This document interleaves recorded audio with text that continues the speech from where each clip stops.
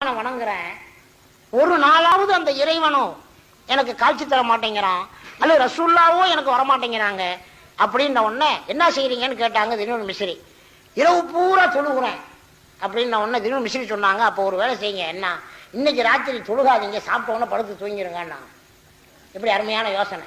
யார் சொல்லி கொடுத்தது? தினூர் மிஸ்ரி. இவர் பார்த்தாரு, இது என்னங்க இப்படி ஒரு யோசனை சொல்லி கொடுக்குறீங்க, எல்லாரும் நிறைய தொழுவுங்கன்னாங்க. இல்ல இல்ல, நீங்க எல்லாம் நிறைய தொழுவு பார்த்தீங்களே, இறைவன் உங்களை பார்க்கவே மாட்டேங்கிறாங்க. ஆகையினால இன்னைக்கு ஒரு வேலை செய்யுங்க, இஷா தொழுத உடனே வேற எந்த தொழுகையும் தொழுகாம தூங்கிருங்கன்னாங்க. அவர் நல்ல யோசனை தான் சொல்லி அதே மாதிரி படுத்து தூங்கிட்டார். தூங்கின அவருடைய கனவுல ரசூல்லா வந்தாங்க. ரசூல்லா வந்து சொன்னாங்க, நாளை காலையில் அந்த பாசாங்குக்காரன் தின்னூரி மிஸ்ரி இடத்துல போய் அல்லாஹ் சலாம் சொன்னதாக சொல்லி நடு முச்சந்தியில வச்சு உன்னுடைய பாசாங்கு திரையை அல்லாஹ் கிழிப்பதாக நான் சொன்னதாக சொல்லுன்னாங்க நபிகள் நான் சொல்லலாம். உடனே அவர் எந்திரிச்சாரு, பார்த்தாரு, என்னடா செய்தி வந்து நல்ல செய்தியா இல்லையே, இதை எப்படி போய் அவர்கிட்ட நம்ம சொல்றது அப்படின்னு சொல்லி ரொம்ப தயக்கமா இங்கேருந்து போய் அஸ்ஸலாமு அலைக்கும் அப்படின்னு சொல்லலாம். நீங்க சொன்ன மாதிரி ராத்திரி இஷா தொழுட்டு படுத்துட்டேன், கனவு நல்ல கனவு தான், ஆனா உங்களை பத்திய செய்தி தான் சரியில்லைன்றார். என்ன கனவு சொல்லு? ரசூல்லா கனவுல கண்ணேன், அல்ஹம்துலில்லாஹ் அப்படின்னாங்க. ஆனா உங்களை பத்தி என்ன சொன்னாங்க தெரியுமா? என்ன சொன்னாங்க? அல்லாஹ் உங்களுக்கு சலாம் சொன்னதாக சொல்லி அந்த பாசாங்குக்காரனான தின்னூரின் மிஸ்ரியுடைய பாசாங்கு திரையை நடு முச்சந்தியில வச்சு கிழிப்பதாக அல்லாஹ் சொன்னதாக சொல்ல சொன்னாங்க. அல்ஹம்துலில்லாஹ் அல்ஹம்துலில்லாஹ்னு சந்தோஷம் தாங்க முடியாம இன்னொரு மிஸ்ரி இருக்காங்க. இவர் கேட்டாரு, எதுக்கு சந்தோஷப்படுறீங்கன்றாரு. உங்களை பத்தி பாசாங்குக்காரன் சொல்லியிருக்கான் அல்லாஹ், நான் அதுக்கு சந்தோஷப்படல, அல்லாஹ்வுடைய சலா ரசூல்லா மூலமா எனக்கு வந்திருக்கு. அல்லாஹ் சலாம் சொன்னதாக சொல்லிதானே சொன்னாங்க ரசூல்லா. ஆமா, ஆகையினால அல்லாஹ்வுடைய சலாத்தை ரசூல்லா மூலமா பெற்றேன் பாரு, அதுக்காகவே நான் சந்தோஷப்படுறேன். இன்ஷா அல்லாஹ், அல்லாஹ் நாடினால் என்னுடைய பாசாங்கு திரையை நடு முச்சந்தியில வச்சு அந்த அல்லாஹ் கிழிக்கிட்டோம். சுபஹான் அல்லாஹ். அப்படிப்பட்ட அந்த தின்னூரின் மிஸ்ரி எப்படி மாறிவிட்டார்கள் தெரியுமா தாய்மார்களே? அதை மட்டும் சொல்லி என்னுடைய பயானை நான் முடிக்கின்றேன், சரியாக இருக்கும் நேரம். நல்லா கவனிங்க. 40 ஆண்டு காலங்களாக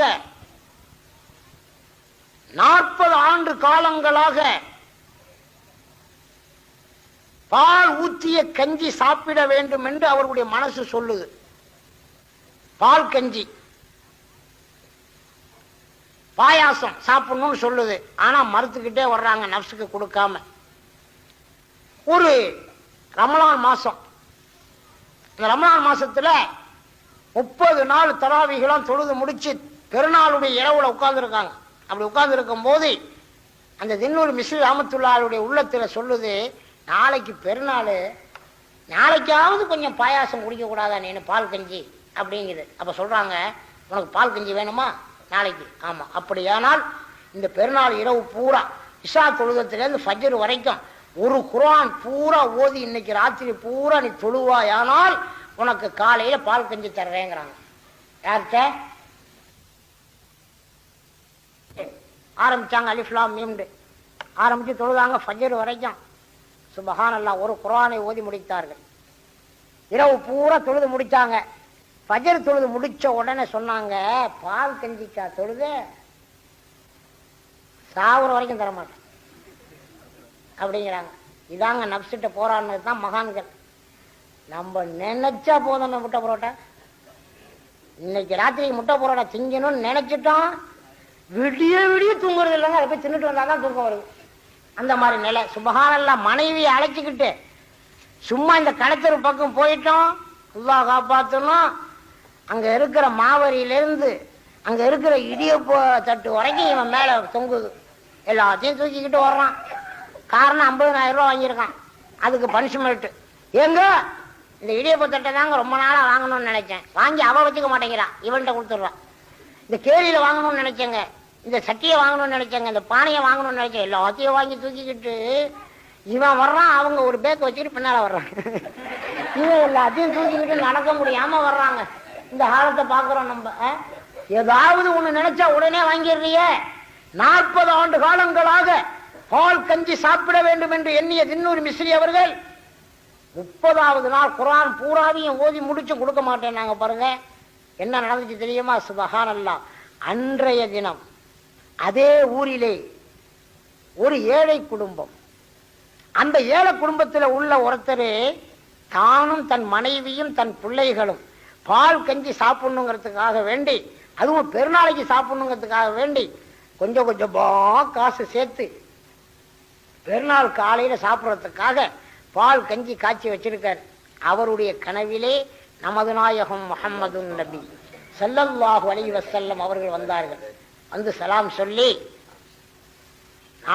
நாளை காலையில் நீங்க காய்ச்சி வச்சிருக்கிற பால் கஞ்சியில கொஞ்சத்தை எடுத்துக்கிட்டு இன்னொரு மிஸ்ரி அபுல் கைஸ் இப்ராஹிம் மிஸ்ரி ரஹ்மத்துல்லாஹி அலைஹிட்ட போய் நான் சலாம் சொன்னதாக சொல்லி கொஞ்சமாவது நஃப்ஸுக்கு கட்டுப்படும்படி நபிகள் நாயகம் ஸல்லல்லாஹு அலைஹி வஸல்லம் சொன்னாங்கன்னு சொல்லி நீங்க இரவு பூரா குர்ஆன் ஓதி தொழுததையும், அப்படி தொழுதாத்தான் உன் மனசுக்கு பால் கஞ்சி தருவேன்னு நீங்க சொன்னதையும், காலையில தொழுது முடிச்சதுக்கு பிறகு மூத்து வரைக்கும் தரமாட்டேன்னு சொன்னதையெல்லாம் அல்லாவும் அவனுடைய ரசூலாகிய முஹம்மது ஸல்லல்லாஹு அலைஹி வஸல்லம் அவர்களும் பார்த்துக்கிட்டு இருந்தாங்களாம்.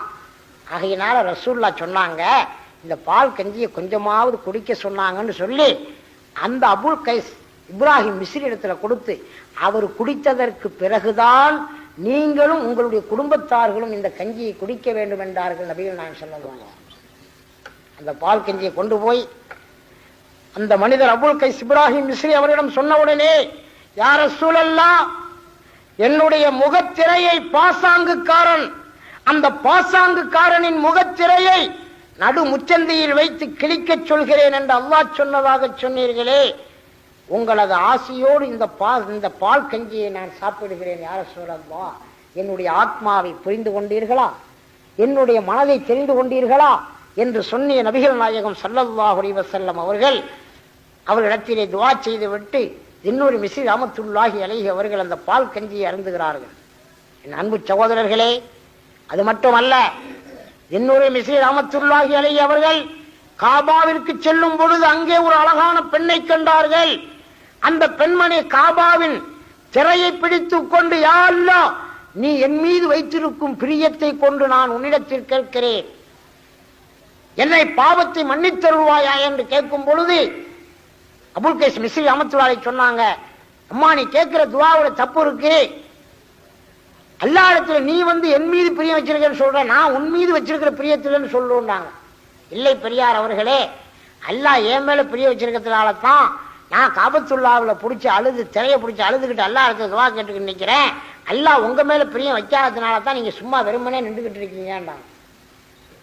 உடனே அபுல் கைஸ் மிஸ்ரி இன்னொரு மிஸ்ரி ரஹ்மத்துல்லாஹி அவர்கள், நீ கேட்கிற துஆ தான் சரின்றாங்க. அதையே தான் அல்லாஹு தஆலா குர்ஆன் ஷரீஃபிலையும் சொல்லி காட்டுறான். நீ அல்லாஹுவை பிரிய வைக்க ஆரம்பித்தால் அதற்கு முந்திய அல்லாஹ் உன் மீது பிரிய வைக்க ஆரம்பிச்சிடுறாங்கிறான். ஆகையினால அல்லாஹுவை அறிய ஆரம்பியுங்கள், அதை முறையோடு ஆரம்பியுங்கள் என்று உங்களிடத்திலே சொல்லி நான் முடித்துக் கொள்கிறேன். அருமை நபிகள் நாயகம் ஸல்லல்லாஹு அலைஹி வஸல்லம்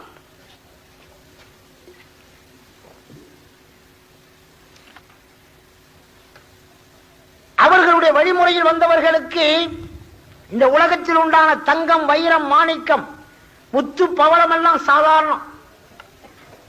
உண்மையிலேயேங்க அதே மாதிரி மாறிட்டாங்க பாருங்க. அபுல் கைஸ் இன்னொரு மிஸ்ரி அவங்க 40 சீடர்களோடு இருக்காங்க.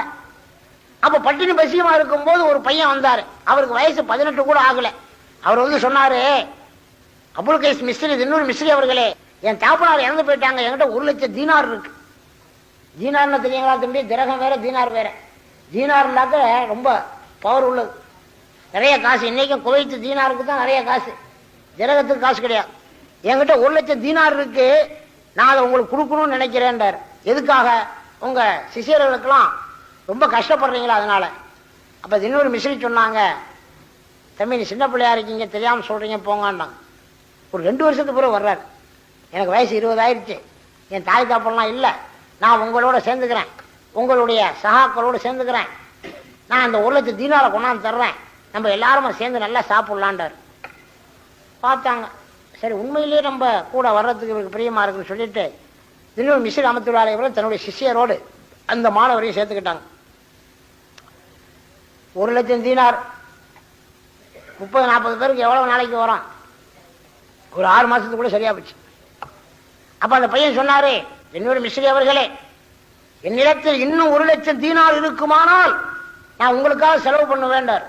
அப்பதான் இன்னொரு மிஸ்ரி சொன்னாங்க, தம்பி நீ என்ன எப்ப பார்த்தாலும் பணத்தை பத்தியே பேசிக்கிட்டு இருக்கீங்க. பணம் தான் மனிதனின் முக்கியமா? பணம் முக்கியம் அல்லங்க, பெரும் மகான்களுக்கெல்லாம் அதெல்லாம் முக்கியம். நல்லா கவனிங்க, திருச்சியில தபுராலம் பாதுஷா அடங்கியிருக்காங்க. திருச்சிற்றம்பலம் அதுக்கு பேரு. அப்படி ஒரு பெரிய அரசன் ஆண்டு வந்தான். அவனுடைய காலத்தில் அங்க ஒரு கோயில் இருந்துச்சு. இப்ப அடங்கி இருக்காங்களே அந்த இடத்துல தான் கோயில். அங்க பெரிய அட்டகாசம் நடக்கிறதுன்னு ஒவ்வொரு பிள்ளைய கொண்டு போய் பலி கொடுத்தாங்களாம். அப்பதான் நத்தேர் வழி தபுராலம் பாதுஷா வர்றாங்க தன்னுடைய சிஷியரோட. அந்த பலி கொடுக்கக்கூடிய ஊர்வலம் போகுது. அதுல அந்த பையன் உட்கார்ந்துருக்கான், பலி கொடுக்குற பையன், 2-3 வயசு பையன். அது தேரு, அந்த தேருக்கும் பக்கத்துல பூசாரி எல்லாம் உட்கார்ந்துருக்காங்க. அப்படி போகும்போது நத்தேர் வழி தபுராலம் பாதுஷா கேட்டாங்க, இது என்ன ஊர்வலம்னாங்க. அதாங்க அந்த கோயிலில் கொண்டு போய் பலி கொடுக்கறதுக்காக அந்த பிள்ளைய கொண்டு போறாங்க. பலி கொடுக்கவா? ஆமா. பிள்ளையவா? ஆமா. இந்த பிள்ளைய? ஆனா அந்த உட்காந்துருக்க அந்த பிள்ளை சின்ன பிள்ளை, அந்த 3 வயசு பிள்ளையவா கொண்டு போய் பலி கொடுக்க போறாங்க? ஆமா. இப்படின்னாங்க. பையன் இங்க வந்துட்டான். யார்கிட்ட? தபுராலம் பாதுஷாட்ட. அந்த பூசாரி பார்த்தான், பையனை காணோம். அங்க பார்க்கறான், பையன் அங்க இருக்கு. நமக்கு எதுக்கு இந்த வம்பு, நம்ம பாட்டுக்கு போய்கிட்டே இருப்போம். நம்ம ஏதாவது இப்ப கத்துனாக்க இப்படின்னா நம்மளும் அங்க போயிடுவோம் மாதிரி தெரியுது அப்படின்னு சொல்லிக்கிட்டு அவன் பாட்டுக்கு போறான். போய் அங்க போய் இறங்கின உடனே அரசர்லாம் வந்துட்டாரு. எங்கப்பா பையன்? ஒரு பெரிய கூட்டம் வந்துச்சு, ஒரு 40-50 பேரு. அதுல ஒரு ஆள் இப்படின்றாரு, பையன் அங்க போயிட்டான். இப்படின்றாரு, பையன் அங்க போயிட்டான். உடனே அரசன் என்ன செஞ்சான், ஒரு ஆளை விட்டு பையனை தெரியா இல்லையான்னு கேட்டு விட்டான். தபுராலம் பாதுஷா சொன்னாங்க, தர முடியாது, அரசனை வர சொல்லுன்னாங்க. அரசரை கூப்பிடுற அளவுக்கு சக்தி. என்ன காரணம்? தபுராலம் பாதுஷா அவர்கள் தார் பாய் ஒன்று போட்டிருப்பாங்களாம். இப்படி தாய்மார்களே நல்லா கவனிங்க, இறைவனுடைய தஜல்லியத்து பார்வையினால் அந்த தார் பாயை எடுத்து அப்படி பார்ப்பார்களேயானால் அவர்களுடைய பார்வை எட்டும் அளவிற்கு சாம்பலாக கரிந்து விடுமா. அந்த அளவுக்கு தஜல்லியத்துடைய பார்வை இருக்குமா. உடனே அரசன் என்ன செஞ்சான், பெரிய பெரிய ஜடியர்களை, ஜடியர்னு சொன்னா நம்ம இந்த போஸ்டருக்கு பாருங்க, அந்த அளவுக்கு உயரம், மொத்தம் கை காலெல்லாம் வச்சு ஒரு கற்பனை பண்ணி பாருங்க எவ்வளவு பெரிய ஆள் இருக்கும். அப்படிதான் ஒரு ஆளு. இது மாதிரி ஒரு 40-50 பேர் அனுப்பணும். இதுக்கு இவங்க 40 பேரை பிடிக்கிறதுக்கு. அப்படியே வரும்போது எல்லாரும் சொன்னாங்க, என்னங்க பனைமரம் வர்ற மாதிரி ஒரு 40-50 பேர் வர்றாங்கன்ன உடனே தபுராலம் பாதுஷா சொன்னாங்க, கிட்ட வரட்டோம்னாங்க. கிட்ட வந்ததுக்கு பிறகு அப்படி அப்படி இப்படி பார்த்தாங்க. அவ்வளவுதான், எல்லாம் கறிக்கட்டையா நிக்கிறான். போய் சொல்லிட்டாங்க, இந்த மாதிரி பாக்குறாரு, எல்லாம் கரிஞ்சு போறாங்கன்னு. அப்போ ஒரு பெரிய மகான்தான் அப்படின்னு சொல்லி உடனே வந்து, இந்த கோயிலில் இல்லாத அட்டகாசங்கள்லாம் நடக்குது, அதனால தான் நாங்கள் பலி கொடுத்தோம். நீங்கள் பெரிய மகானா தெரியுறீங்க, நீங்கள் எங்கே தங்குறீங்க? நான் மலைக்கோட்டையில் நின்று என்னுடைய அசாவை தூக்கி எறிவேன், அது எங்கே போய் விழுவுதோ அந்த இடத்தையே கொடுத்துருவோம்னாங்க. நல்லதுன்னு சொல்லி மலைக்கோட்டையில் நின்று தூக்கி எறிஞ்சாங்க, அந்த கோயிலே வந்து விழுந்துச்சு. இதையேவா கேட்குறீங்க? ஆமாம். கோயிலேயேவா? ஆமாம். எடுத்துக்க வேண்டாம். அதே இடத்துல தான் இன்னைக்கு அவங்களுடைய மக்பரா கட்டுறதாக சரித்திரம் எழுதியிருக்கிறார்கள். நான் அதை பார்த்து சொல்றேன், என்னுடைய இஷ்டம் அல்ல. அந்த தபுராலம் பாதுஷா இடத்திலே ஒரு அரசர் வந்தார், குழந்தை இல்லாம வந்தவர். சொன்னாரு, எங்களுக்கு ரொம்ப நாளா குழந்தையே இல்லைன்றாரு. பிறக்கும் போ அப்படின்னாங்க. அதுக்குள்ள பக்கத்துல ஒருத்தர் சொன்னாரு, அதாவதுங்க அரசருக்குன்றாரு, பிறக்கும் போண்டா போங்கண்ணா, அதாவது இதாவெல்லாம் சொல்லிட்டு இருக்காங்க. இப்போ நம்மளே ரொம்ப பேர் அப்படித்தாங்க. யாராவது அஜித்குமார்கிட்ட போய் பெரியவங்க வந்திருக்காங்கடா, அஸ்ஸலாமு அலைக்கும் அஜித் அலிஸ்லாம், எனக்கு ஒரு கல்யாணம் பண்ணி 10 வருஷமாச்சு, குழந்தையே இல்லை. அப்படிங்களா? அல்ஹம்துலில்லாஹ், இன்ஷால்லா பிறக்கும் போங்கண்டா போயிடணும். அதாவது அஜித், என் மனைவிக்கு மாதவிடா சரியாவே வர்றதில்லை. அப்படியா? அப்ப பிறக்காது போ. ஏன் இதெல்லாம் சொல்லிக்கிட்டு இருக்க? பிறக்கும் போண்டா வந்துட வேண்டியது தானே. பெரியவங்கள்ட்ட துவா வாங்க போற, அவங்க என்ன சொல்றாங்களோ அதோட வந்துட வேண்டியதான். அப்ப பக்கத்துல சிஷியர் சொன்னாரு, இவைய அரசர் குழந்தை இல்லைன்றாரு, பிறக்கும் போண்டாச்சு, நீ என்ன அதாவதுன்னு ஆரம்பிக்கிற, எல்லாம் பிறக்கும் போ அப்படின்டாச்சு. மறு வருஷத்துலேயே ஒரு ஆம்பளை பிள்ளை பிறந்துருச்சு.